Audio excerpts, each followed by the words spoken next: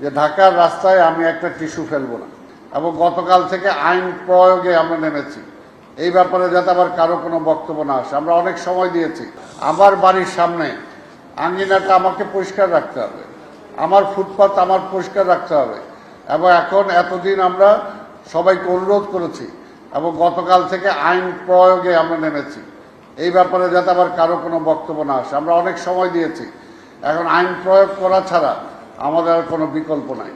এখন mobile court যাইতে হবে, ফাইন করতে হবে, তারপরে আমি শুনবো, এটা তো একটা নাগরিক দায়িত্ব হতে পারে না।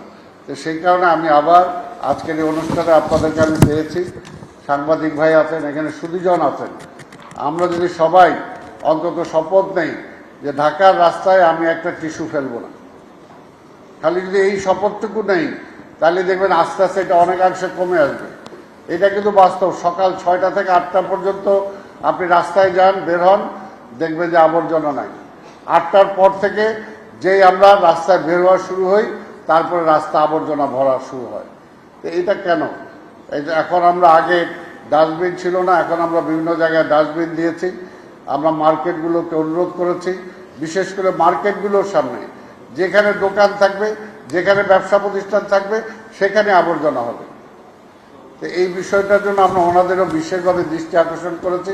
আরেকটা যেটা এখানে আলোচনা হওয়া উচিত, আমি মনে করি যে এখন আমাদের যুবকরা, ইয়াংরা বিশেষ করে স্ট্রিট ফুডের ব্যাপারে তারা খুব মনে করে এটা একটা কি বলে এটাকে, যে আমি এটা যত খাইতে পারি, যাই ওখানে আড্ডা দিতে পারি, তাহলে মনে হয় একটা ভালো কিছু হয়ে গেল।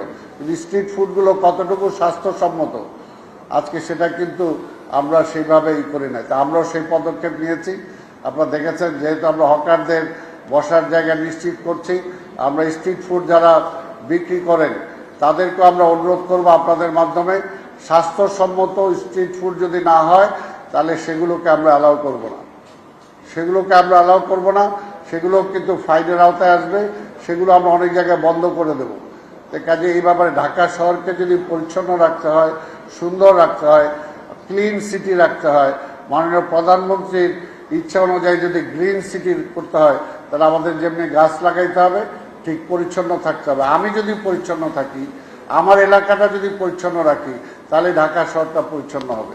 তো সেই কারণেই আমি বলবো যে আজকের এই মহৎ উদ্যোগ বাস্তবায়নে সম্পৃক্ত স্বাস্থ্য অধিদপ্তর, বিশ্ব স্বাস্থ্য সংস্থা, আইসিডিআরবি, উন্নয়ন অংশীদার প্রতিষ্ঠান সমূহ এবং ঢাকা দক্ষিণ সিটি কর্পোরেশনের সকল কর্মকর্তা কর্মচারীদের প্রতি আন্তরিক ধন্যবাদ।